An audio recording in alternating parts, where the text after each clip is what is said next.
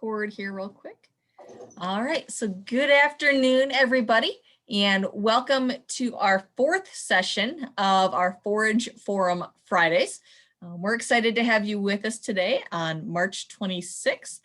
And with us today is Dr. Keith Johnson. He is our forage specialist with Purdue University, and he's going to be here today to talk to us about how to make quality hay. Now we're a couple of months probably away from hopefully getting to get hay on the ground, but it's a good idea to kind of review our steps and how we can make our hay better. So with that, I'll pass it to you, Dr. Johnson.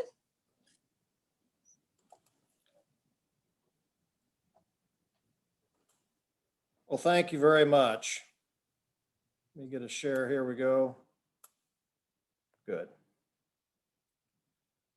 It's a pleasure to be with you today. And there are some things that we need to really be in preparation for, actually, as we think about making this quality dry hay. So I think the timing is actually excellent. I noticed here in the West Lafayette area that definitely forages are starting to break winter dormancy. And with 70-degree temperature tomorrow here locally, I'm sure that progress is going to happen in terms of making things look a little brighter with that color of green.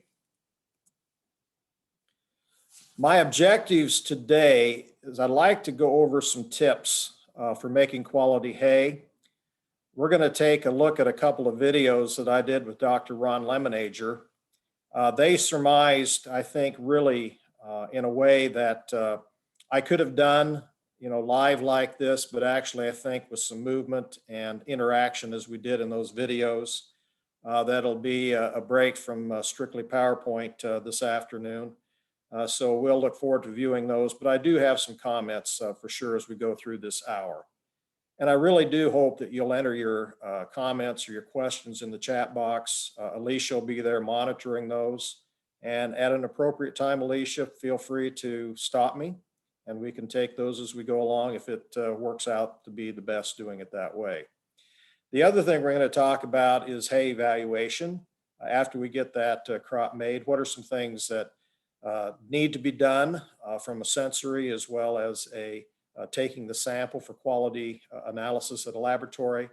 And I thought I'd end today with just some tips that are really appropriate for this late March timeframe that certainly can be done in the next several weeks as we move towards that harvest of the hay. I want to say that commitment is really, really important in making quality hay. I'll give you family and I'll give you religion, but after those important priorities, we need to have haymaking as one of the most important things that we're going to do to have expectation of consistently excellent quality to happen and not just randomness, okay, about it. And, you can't be a weekend hay warrior.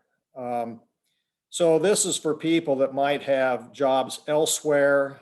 It's difficult to maybe take time off during the week, but it's really important to make hay when the sun really does shine. And so as an example, if the sun is shining on Tuesday through Thursday and the crop is really ready to be harvested, it's at that rightmost maturity, you can't wait for the weekend because as we go about those tasks, it could be raining.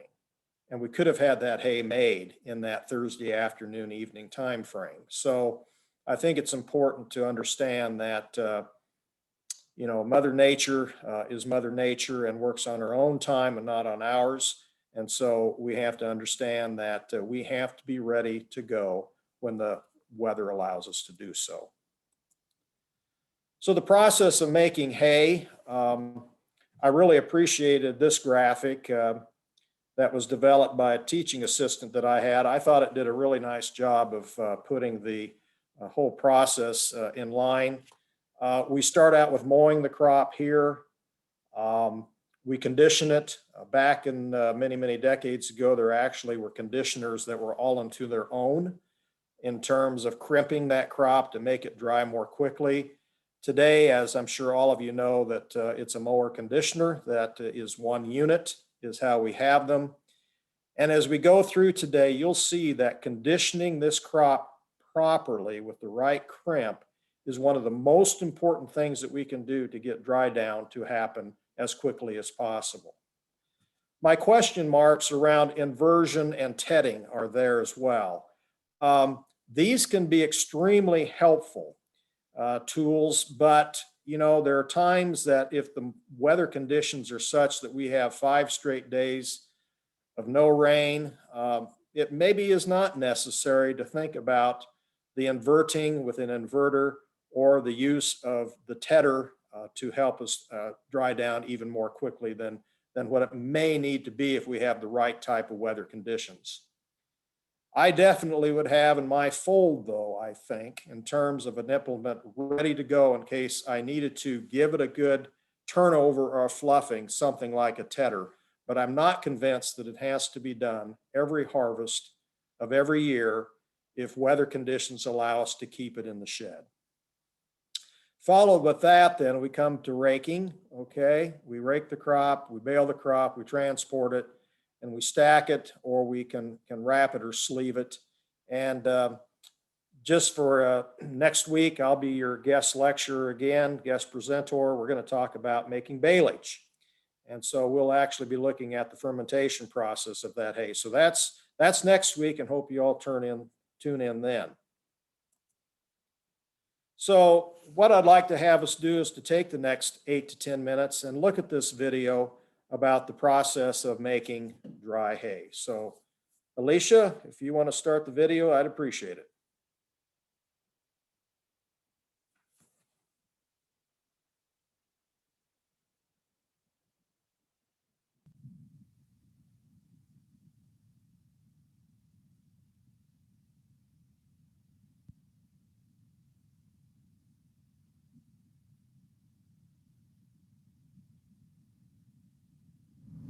Most beef producers rely on harvested forages as a primary feed resource during at least part of the winter feeding period and when dry weather during the growing season reduces pasture growth. In this edition of Beef Tips, we're going to focus our discussion on the process of making dry hay.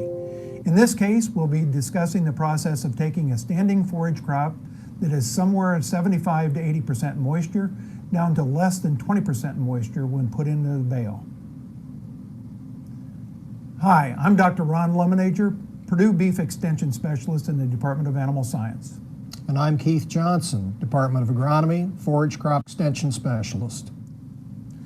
There are several steps to the haymaking process: mowing, tedding, raking, and baling. So let's start with mowing the hay crop. And when I was a kid, Keith, we used to cut it with a sickle bar mower and rake it with a bar rake, all right? Technology's changed some since then. Let's talk about that. We must be about the same age because I did the same thing.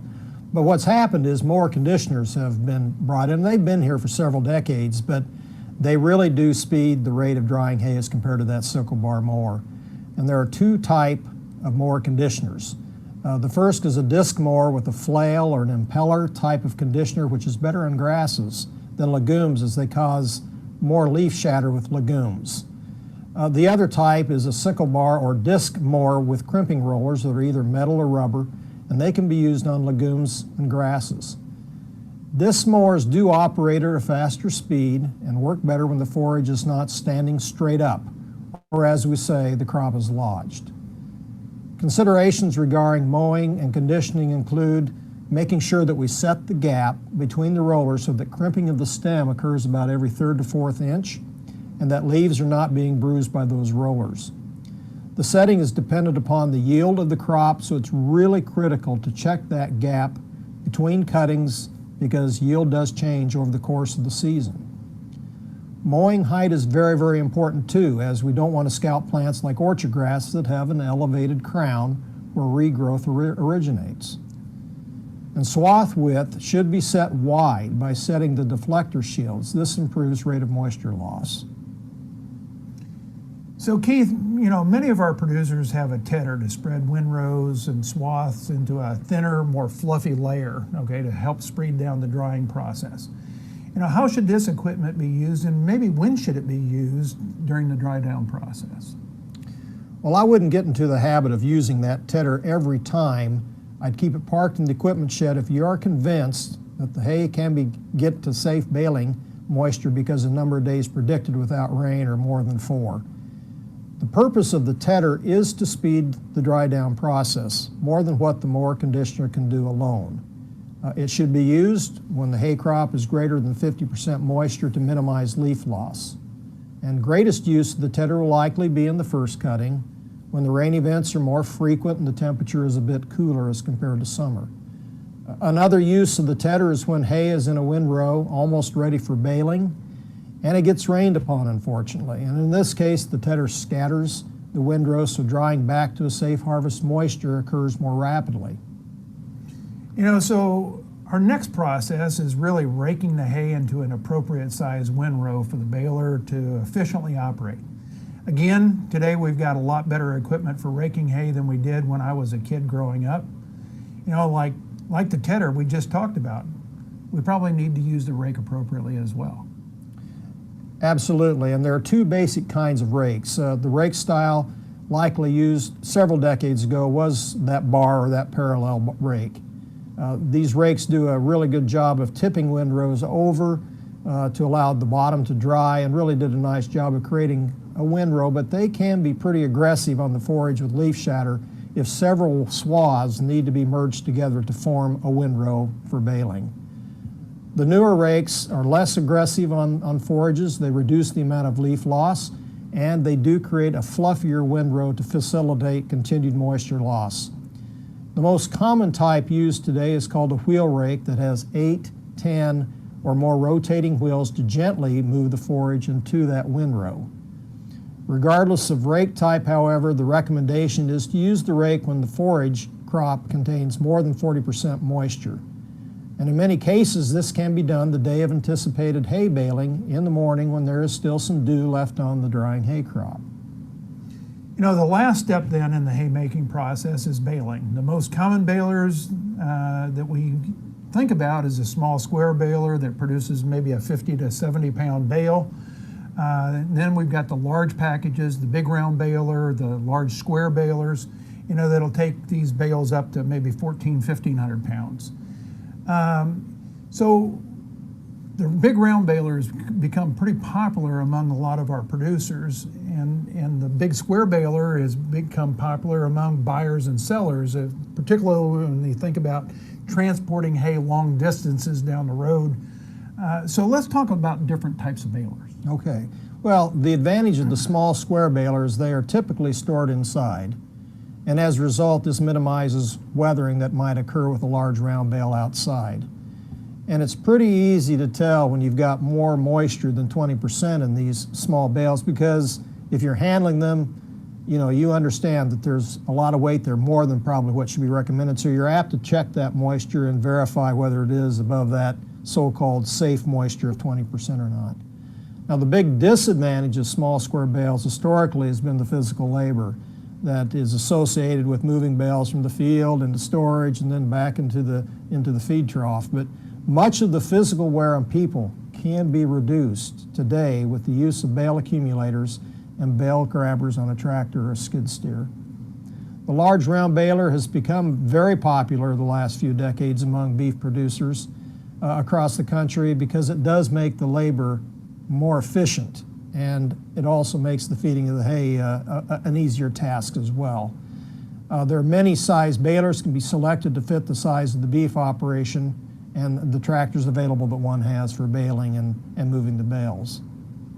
Well, you're talking about big round bales. There's those bales that are hardcore, okay? Yes. Very tight in the middle versus kind of that soft core.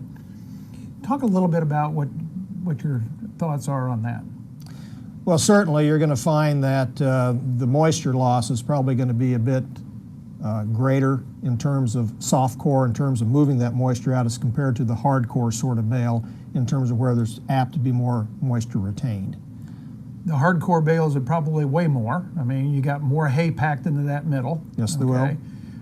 Probably might shed moisture, okay, in storage, maybe just a little bit better. They can, and kind of while we're on that, we should also then talk about probably in terms of finalizing the wrap around these bales, that in a storage environment, what we're going to find is that the net wrapping that's available is probably going to be more retaining of dry matter as that crop might weather as compared to being wrapped in twine. I've seen data that says maybe 5% reduction in dry matter loss stored outside with a net wrap versus a twine. Is I think that kind of? that's right on and probably right where it's about, yes, correct. Okay. So I think from this session, the takeaway points that Keith and I make that making hay properly takes the right harvest equipment, used at the right time to minimize both field losses and storage losses, and then to create a hay product that's high enough quality that can meet the animals' requirements.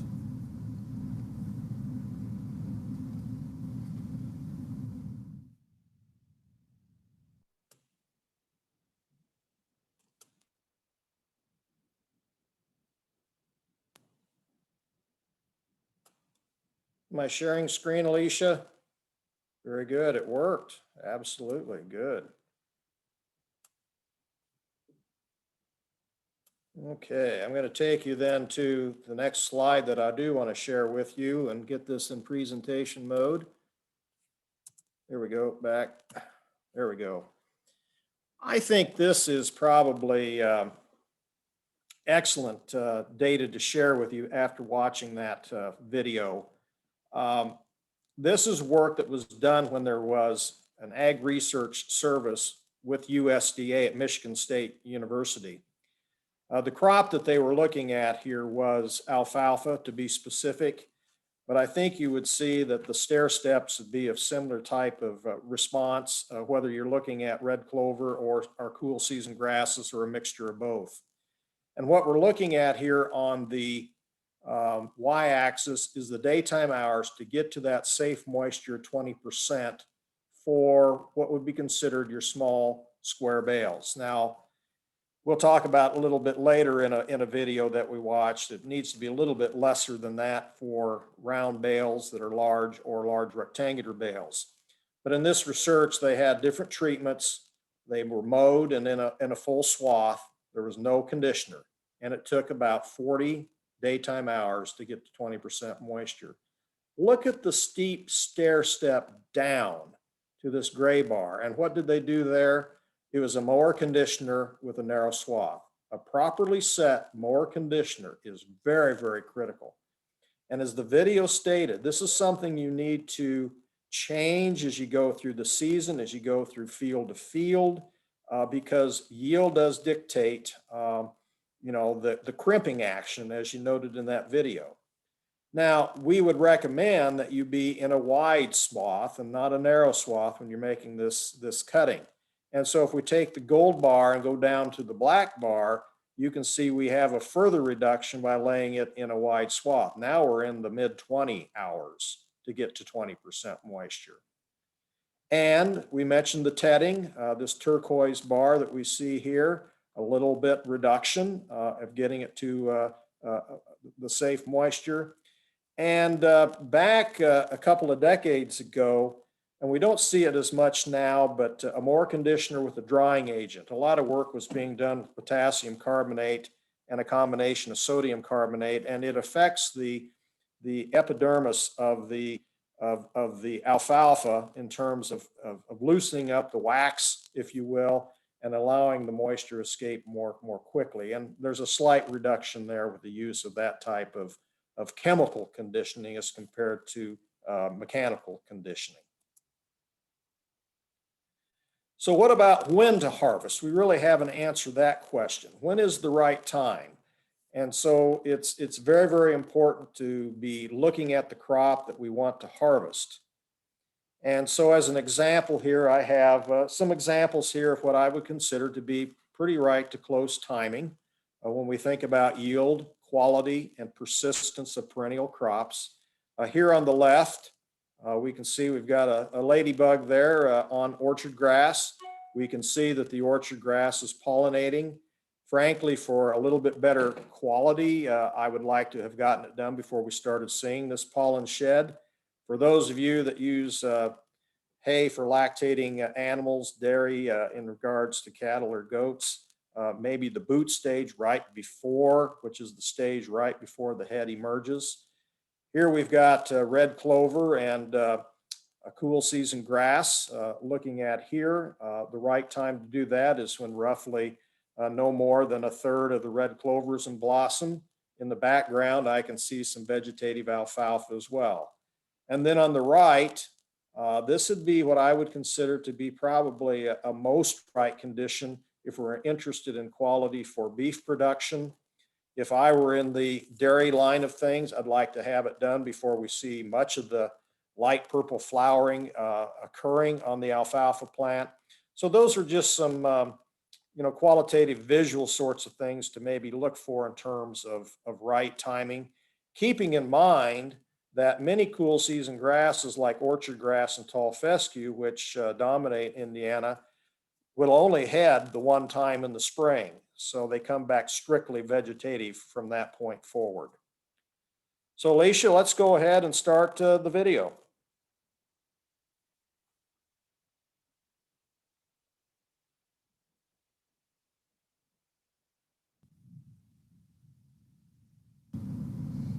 Keith, let's begin this discussion talking about when should we harvest a hay crop to both optimize quality and quantity in a beef cattle enterprise? Well, as I see it, grasses like tall fescue, orchard grass, and timothy should be harvested for the first time shortly after the grasses begin to head and before pollen shed happens. Thereafter, grasses will be harvested on about a 6-week interval. Alfalfa, a common legume, should be cut when the flower buds are fully formed and beginning to bloom. Red clover, another common legume, should be harvested before a third of the flower heads are in bloom. Flower formation in the spring at first harvest is not as good an indicator of when to harvest. Rather, we should be looking at the presence of crown buds as a better indicator. Grass legume mixtures should be complementary with one another. So we look at alfalfa and red clover really working well in a combination with later to mature orchard grass or a low endophyte or novel endophyte tall fescue. And harvest is dictated by the legume component of that mixture. So, Keith, what's your recommendations for proper harvest moisture content of different types of hay packages?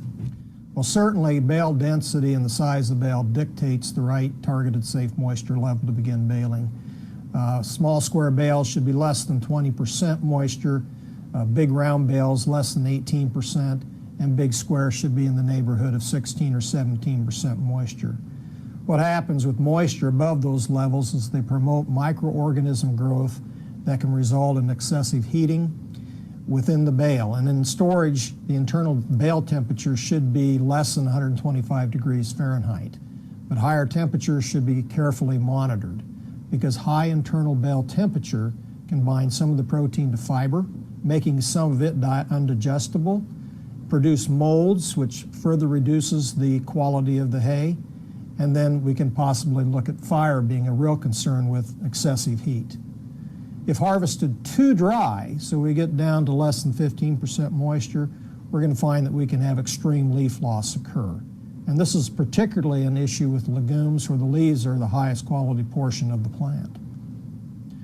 I won't get into details today, but there are moisture probes that can be purchased and procedures using forced heated air small ovens, microwave ovens, or vortex dryers made with a hair dryer that can be used to determine hay moisture content. You know, Keith, unfortunately, Mother Nature plays a role in whether or not we can make a timely harvest of hay. Let's talk a little bit about how weather can impact hay harvest and ultimately hay quality, and especially with that first cutting. Well, certainly Mother Nature does have many personalities, and one needs to make sure that there are at least 3 consecutive predicted days of no rain to make top quality hay. We do want to make hay when the sun does shine. One cannot be successful in making quality hay only on the weekend. Delaying harvest beyond the targeted plant stage does result in less protein. It results in more fiber, and that excess fiber results in less digestibility and a lesser dry matter intake by the consuming beef animal. Higher humidity does lengthen the time to dry down to a safe baling moisture, And we want to make sure, if possible, that the soil is not really wet, because a wet soil is going to delay the dry down process. And wheel tracks that can occur with wet soils can hurt plant crowns, and this affects the regrowth and productivity of the next crop. Rained on hay in the swath or the windrow leaches soluble nutrients into the soil, and this is going to reduce digestibility. The extent of this damage depends on how much rain falls, the number of days before sunshine returns, and where the hay was in terms of its dry down moisture content when the rain fell. You know, Keith, you know, you mentioned about this leaching and that kind of thing, and you know, there are times that, you know, you've watched the weather forecast, you think you've got that 3 or 4 day window to get dry hay. You're almost there, you're 2 or 3 hours away from that hay hitting your target moisture content, and the storm clouds are brewing in the west, and you have to make the decision, am I going to pull the trigger and am I going to start baling hay when it's a little bit too wet, or do I go ahead and just wait it out and hope that the rain doesn't fall too hard, too long, and that the sunshine comes back soon? What do you do in that situation? Well, there are consequences that actually can happen if you do harvest that hay. And really what I would suggest happen is that we have a propionic acid, acetic acid, preservative applicator mounted on that baler, and be willing to invest in the cost of the preservative to keep the hay from developing microorganisms that creates the heat and the molds. In summary, the key take-home points are harvest at the correct stage of plant maturity to optimize forage quality, and baling at the correct moisture content to minimize heating or storage losses.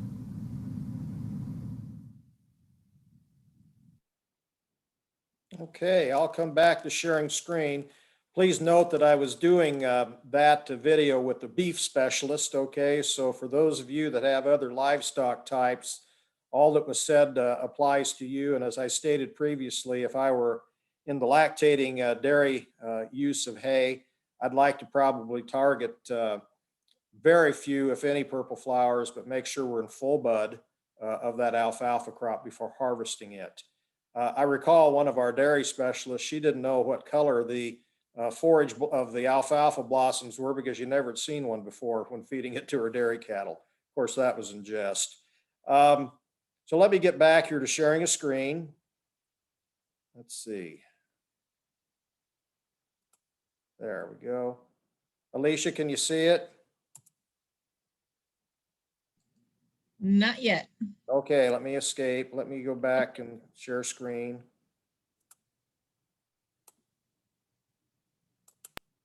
There we go. Good.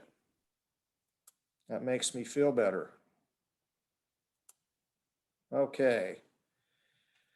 So I want to take the next 10 or 15 minutes here and talk about what you do after the hay is made and doing the evaluation when it's in storage like I'm showing here in these pictures.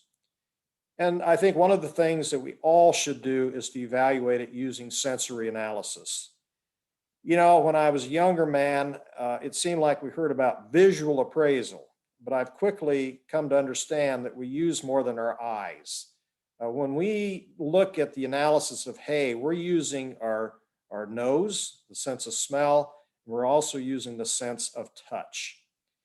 I developed this sensory analysis of hay, and what you note here, I used this when we were looking at in the training 5 different hay types. So this is what the 1 through 5 refer to, or a comparison of 5 hay types.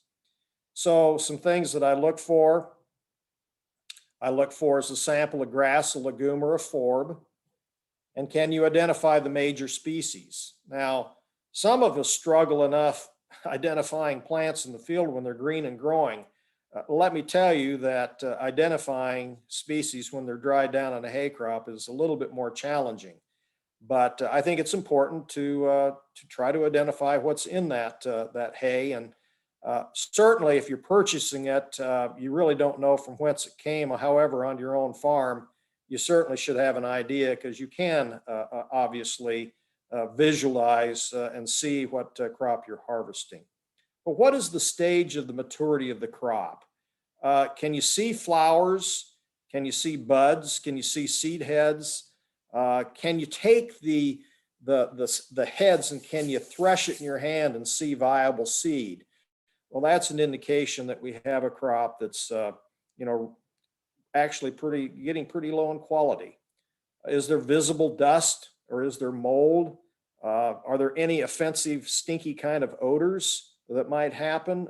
Many times hay will have a musty smell. When you're looking at silages, it can have a very offensive type of smell, not smelling like a sweet apple vinegar, but more of a real body odor kind of smell. What is the leaf retention? Is it a good leaf to stem ratio? Are there any foreign objects? Did you pick up somebody's Diet Mountain Dew can, or did you pick up a snake along the way, or is there a rake tine that happens to be in that, unfortunately? Need to be on the lookout for those foreign objects and also then weeds that might be within that forage. Is the color of the sample good? And color isn't everything, but certainly an off color could be an indication that there has been some mustiness that has occurred. And is the moisture content ideal? We again don't want to be above moisture, or it could create dust, it could create mold problems. And then what are some other observations that you have? So I think this is really important things to do the sensory analysis of the hays that you're going to purchase. Frankly, best if you could do that before you purchase the hay and settle on a price. And even better yet, then, I think we need to think about evaluating chemically. And so I'd like to think that you're going to stab your hay for livestock health, STAB. S is for sample. And we'd like to have you use a hay probe to take approximately 20 probings from the different bales of the same field and harvest. And that's what we call a lot, L-O-T. Then we're going to send to a certified lab for analysis. We're going to request that we have dry matter, crude protein, insoluble crude protein, neutral detergent fiber, acid detergent fiber, and minerals. And I would suggest when we talk about thinking about the baleage, getting off to next week's conversation, we really need to have a measure of pH as well. So those are really critical. Now, I understand that some of you just getting into the business maybe don't have a real clue of what neutral detergent fiber and acid detergent fiber are about. But as we go through further sessions on our Forage Friday Forum, we'll have conversation about what they represent. But those are what you should be asking for so that a nutritionist can use those information. Because what this will help us to do is to allocate based on the results what livestock should be fed the hay that you have, keeping in mind that a cow with her calf just recently born is going to have higher nutrition needs as compared to an animal that's weaned her young. So that's why we want to think about getting a measure of quality and feeding it to the right class of animal that you have on your farm. And then we're going to balance the ration. And that's where we get a nutritionist that has training, that understands how to put different supplements with the hay that we have to make it be the best for the livestock that we're feeding. So I encourage you to do the stab after that hay is gone through its curing and before you feed it, and to work with somebody to help you allocate and to balance the rations most appropriately. Lastly today, what I would like to do is to talk about the management tasks that need to be done as I think about late March and as we move into May. This is a good time of year to check and look at the equipment, the hay equipment that you have and all other equipment, and make sure that the bearings are good, making sure that all the parts are working as they should. If we need to change some knives on the mower, if we need to think about changing some tines on the rakes, this is the time to get that task accomplished and not when you should be cutting that crop. The other thing is scouting. This is a great time to be out scouting your fields. Plants are waking up from winter. Hip, hip, hooray. We can go out and we can assess winter injury. We can assess whether there's winter annual weeds, and the weed that I have in the upper right corner, for those of you that may know this and not, this is common chickweed, but this is a winter annual weed that certainly can find its way into alfalfa stands. Unfortunately, fairly routinely, but in advance of knowing that, we can have some control measures over those types of weeds. The other thing is we can be looking for disease situations of the past year that have developed. Doesn't hurt to take a spade with you out to the field and do some digging of the plants and look at the health of the plant below ground. And the other thing that's going to be happening, and somebody probably will have a fairly serious outbreak and may require the use of an insecticide to keep it at bay. But in the lower right, I have the larva of the alfalfa weevil. I would guess that probably for those of you from the Ohio River Valley area that you're going to start wanting to scout for this particular insect by mid-April. For those of you up there in the Michiana area, probably need to be thinking about getting serious about that process in late April. But this is a pest that certainly can do some major damage by chewing the terminal portion of the plant, skeletonizing it, strictly leaving the vascular bundles there, and certainly can reduce yield dramatically. The other thing is, if soil testing has not been done in several years, I would say that this is a time that one could go out and think about getting that accomplished if to be timely, and then think about what amendments in the form of fertilizer and lime might need to be applied as we work through the growing season. And then lastly, be ready to seed. And I know we talked about harvest today. We have to seed the crop and grow the crop before we can harvest it. Be timely with seedings.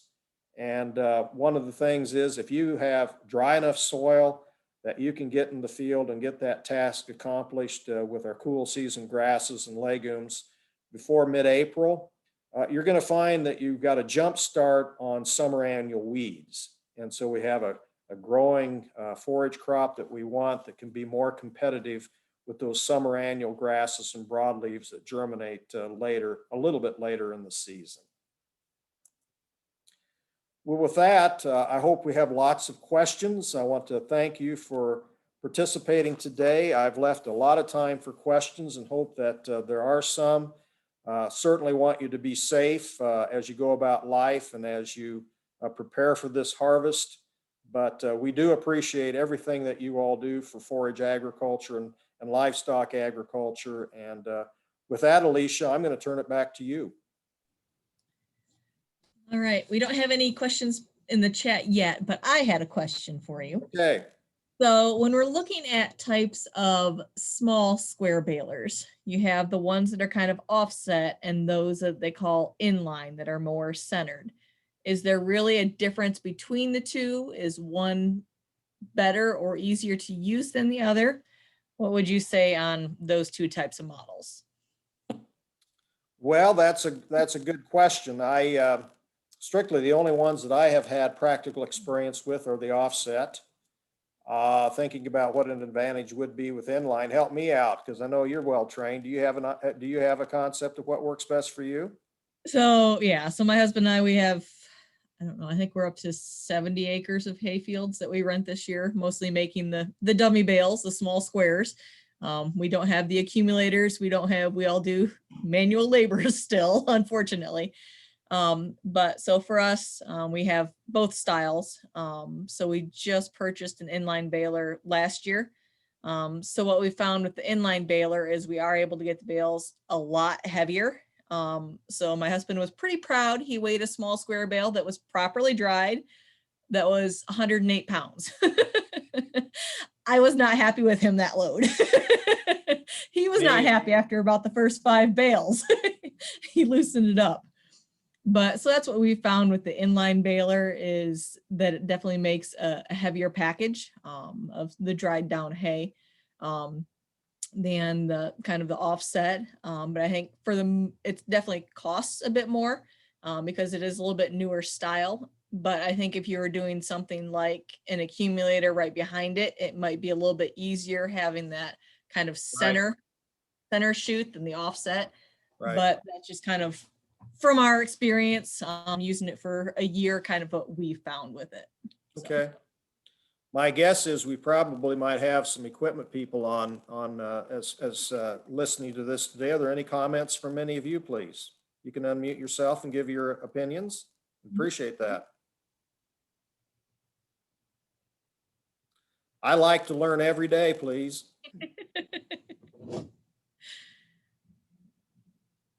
All right. Well, we do have a couple of questions that have come in.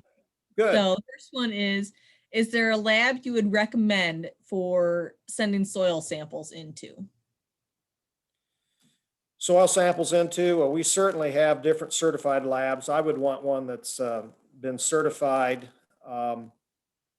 You know, we have several opportunities within the state of Indiana. I would take you probably to one that's certainly within your region is where I would suggest that you go so that you can have good contact with them. I'm not going to name specific labs because there are many, and if I say one, there's probably 4 others that I probably should be saying. But there is a list available on the Purdue Extension website that gives a listing of laboratories that are recommended by people that deal with soil fertility more than I do day to day.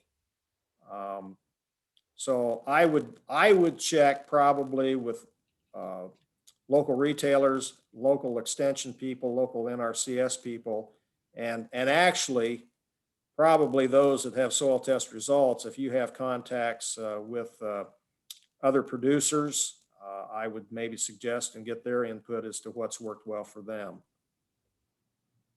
I think you'll find that, you know, a laboratory that goes through the process of being certified probably are going to have accurate enough results from lab to lab that I have that comfort of there are several within the state that can be used. And if you're on a state line, don't be afraid to cross the line. I mean, there's other laboratories in the states about us. All right. Second question we have. Is there a quality difference between first and consecutive cuts if you cut at similar stages? And what about cut times during the day? Okay. So the only reason I would think there might be a difference between the first and a second cut at similar times is the fact the first harvest, particularly with cool season grasses, they're going to have a seed head, okay? You might have less leaf to stem ratio, and it could be reduced a little bit for the first harvest. But I don't want to get into the situation, and I'm not saying that first harvest is always inferior, because it is not. A properly harvested first harvest will be much better than an improper those that follow. But that would be the comment I would make about a first is typically, again, with grasses, you're going to have more stem contribution as compared to leaf, and stems are lesser quality than leaves. And so, but again, sample and know, and I think all the more reason then why we want to avoid getting into the month of June for harvesting our first crop. Those of you that are along the Ohio River Valley, there are some years you may be doing that on May 15. There are other years it may be May 25, depending on what Mother Nature. Don't let the calendar necessarily, should not let it be the dictator year to year of when you harvest, but you should let the crop tell you when it's time. There was a second part of that question. Yes. So what about cut times during the day? Does the time of day when you make those cuts make a difference? I'll tell you, this is the Midwest perspective, but I will also tell you the perspective of those in the desert and in semi-arid areas. They will cut in the afternoon about 2 to 3 p.m. Because photosynthesis is at its peak at that particular time, which means there's more carbohydrates, which means there's better digestibility. But in the Midwest USA environment, if it's sunny at 8 in the morning, I wouldn't wait till 3 in the afternoon. The differential in terms of digestibility from something that's harvested at 9 in the morning and 3 is inconsequential as compared to the ability to get that crop harvested instead of that 6-hour delay where you might have some rain falling on it instead of wasting some sunlight hours. So it depends on location. And physiologically, yes, it makes sense to harvest. And if we had that string of 4 or 5 or 6 days, why not? You know, go ahead, harvest it at 3. But I would say let Mother Nature and what the oncoming weather is going to be the dictator of when you get that hay crop. And if time looks short, then what would be real comfortable, I wouldn't be afraid to harvest it in the morning and give up a little bit of digestibility to get it dry and made into the bale. I've always heard that if you cut in the morning, your sugar content might be a little bit higher as well. Would that be true, or does the sugar content not really waver throughout the day? Sugar content is actually higher at 2 and 3 in the afternoon. Okay. That's been documented many, many times with research because that's the peak of photosynthesis, and that's what photosynthesis does, is creates starch. So if you were creates glucose. If you were baling that for, let's say, a horse that had like Cushing's disease or something like that, that was a little more intolerant of sugar, you'd probably want to cut it earlier in the day than in the afternoon. Would that be correct? Yeah, that's right. Okay. All right. So next question. When using propionic acid on wet, dry hay, does it have an influence on the binding of the plant protein? Or is the prevention of heating the main benefit? Yes and yes. It prevents the heating, which causes the binding of the protein. So if you can keep that temperature at a safe level, keeping in mind that it may be 90 degrees outside when you make that hay, but if you were to come back, say the next morning and put your hand in that bale, it's going to feel pretty warm. And safety is considered to be anything less than 125 degrees. So you do get this natural buildup of heat. But that's what the propionic acid does. It prevents microbial growth, that prevents the heat, that prevents the binding of the protein to the carbohydrate, which reduces the protein content, reduces the digestible protein content. At one point in time, I know kind of the old timers used to suggest putting like the thicker canning salt or something like that on the bales if they're a little bit wet. Is that basically kind of the same idea, or would you suggest the propionic acid over salting the bales? I definitely would recommend the propionic acid over salting the bales. I'm not sure that one fully can document the amount that it takes. I think if you were at a border situation and between layers were to put some salt, but you know, the amount of salt that it takes to get that to accomplished is so high that it can make the palatability of that hay be a concern. And uniformity is going to be better with the propionic acid applicator. And it really is proven to be the most efficacious preservative that there is, time in, time out. All right.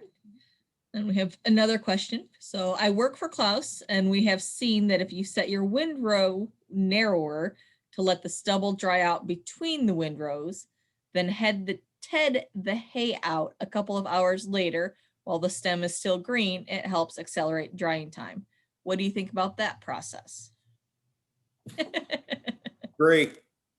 So again, this is where you can't get caught in the routine, right? You can't get caught in the routine. If the soil is dry, wide swath. If the soil is wet and you're not, but not to the point of cleating the soil. Okay, remember the picture in the video where you came back then a month later and you saw the wheel tracks? You don't need to be out there in the field there, okay? You need to wait. But yes, I totally agree with the concept. If you have soil that's a bit moist, you're not cleating the soil with the tractor, to put it in a narrow swath, come back again when the hay moisture is greater than 50% and do your tedding. That's a good technique. Absolutely. Thank you for the question. Comment. Thank you for the comment. I agree. So those are the only questions we have at the moment. So we can give, guys have any other questions? Yeah, please do. We've got time here and this may be your opportunity. Do know that I plan to be here tomorrow. I mean, even on the weekend. Don't be, I guess my point is, don't let this be the end of conversation. If something comes up in the next week or next month or next year, please feel free to reach out to me. Hey, Keith, it's Tom Beckman. Yeah, Tom. I just thought I'd go back to that list that kind of threw it out, that salt idea. But when I was growing up, so we're talking 70s, 60s, 70s, 80s. If we, I'm with you. huh? I'm with you. I understand. I've been there. If we get in that situation that you talked about earlier, where the weather kind of didn't do what it said, and it was either bail it or looked like it was going to get wet in 2 hours, several times we would get a bag of salt, put a layer on the wagon of 4 or 5 bales, decent amount of salt, and go on. And we found, made a believer out of my dad. It actually did help. Now I understand scientifically you don't know how much you're putting on and all that, but we weren't set up to use propionic acid. Right. In fact, before really it was Right. there weren't that many balers with it. And just to answer her question, I believe it really did help. I'm not saying it's a great practice to use, but it did help us save a hay crop a couple times. The big difference, though, and the caveat that you mentioned, Tom, was the fact you had a wagon load. Right. You weren't Right. in the storage barn. Right. We did it. So on the wagon. you had the Yeah. ability to dissipate more of that heat Right. in a small stack as compared to a huge stack. But yes, Okay. I think that's one of the tricks that you can certainly use, and probably in that realm of things is more apt to be helpful as compared to having it in a barn load of thousands, okay, that's hard to get rid of that heat. And while we're on that, and I'm not an ag engineer, but I've been around some and enough to know that when you look at storage structures, it's really important, if you're going to store hay in it, to have the right kind of venting occurring, and not think that all 4 sides of that building have to be sided, okay? One of the best storage facilities I saw was in South Central Indiana, and all 4 sides were open. Ventilation was great. So if you're looking to think about putting up a building and any intention of storing hay in it, make sure you work with somebody that has the training to keep the ventilation correct, so that moisture, as curing happens, has more ability to escape instead of being withheld within that storage building.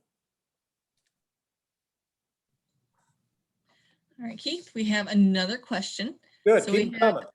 Yep, so we have tedding. So what is the exact process for tedding? How does that machine work?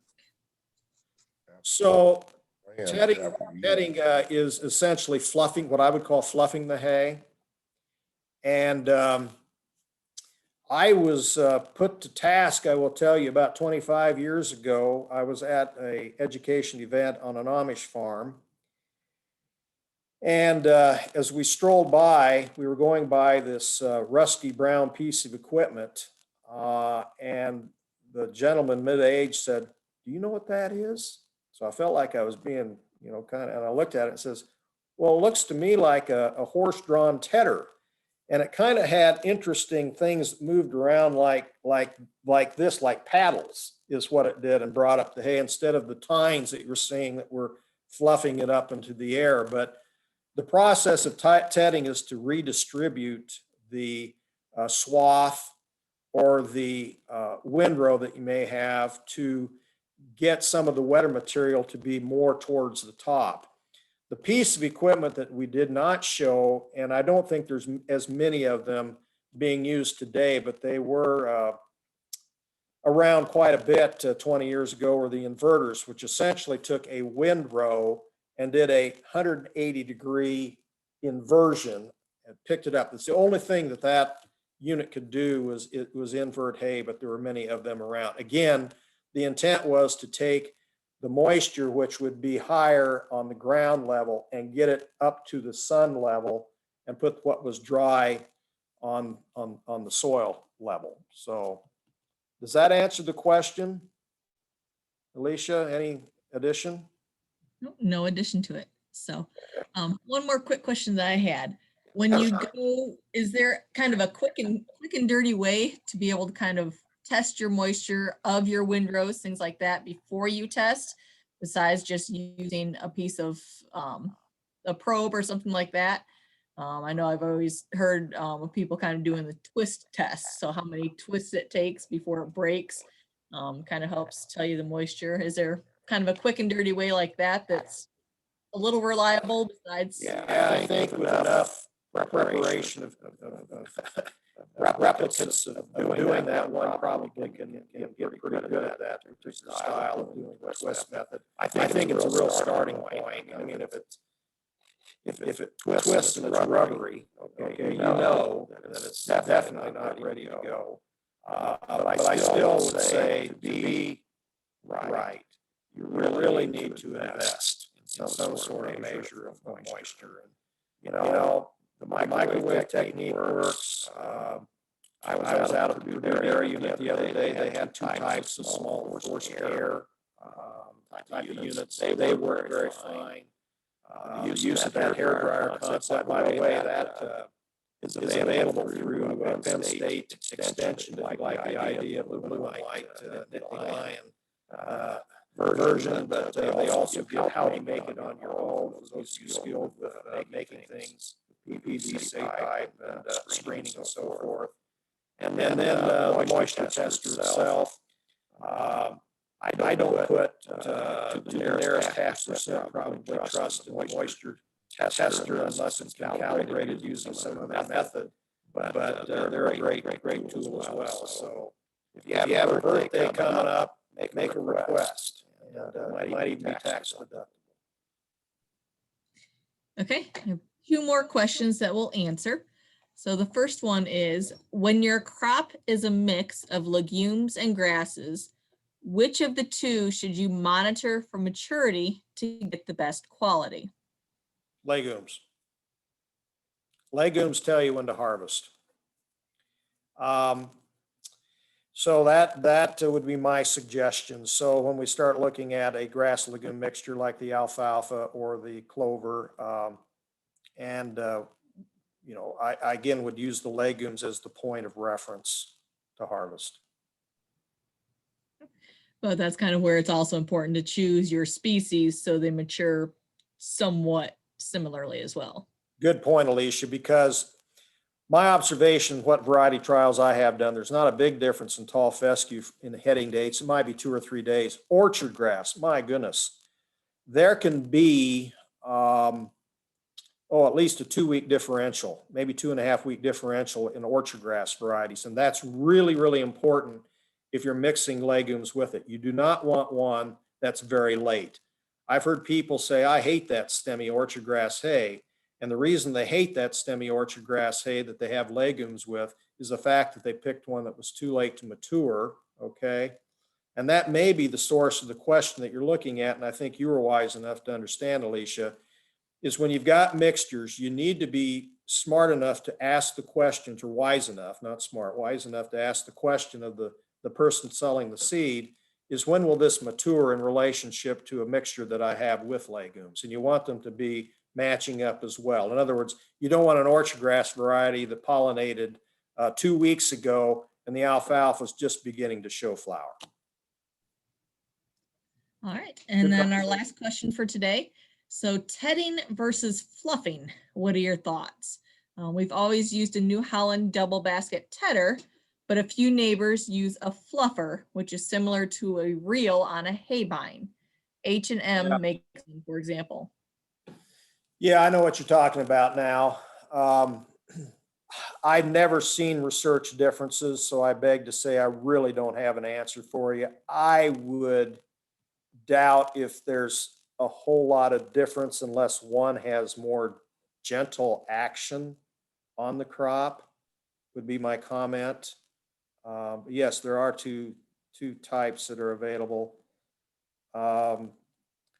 What I have seen, particularly with the type that you're calling a fluffer, it maybe appears to be a little less aggressive than a true tedder that has the motion going pretty fast. But that's just a hunch. All right, so that's all the questions we have in the chat box at this point in time. So we've reached 1 o'clock. So if you guys have any very last minute questions, we could take them. But otherwise, thank you all for being on today. Hope you enjoyed it. And Alicia, I'm willing to hang on. If you want to stop the recording, and anybody that wants to hang on and ask questions of me for a little while, I'm willing to do that. And then I also want to do a quick plug real quick for our Indiana grazing schools, Grazing 102 that will be happening this year.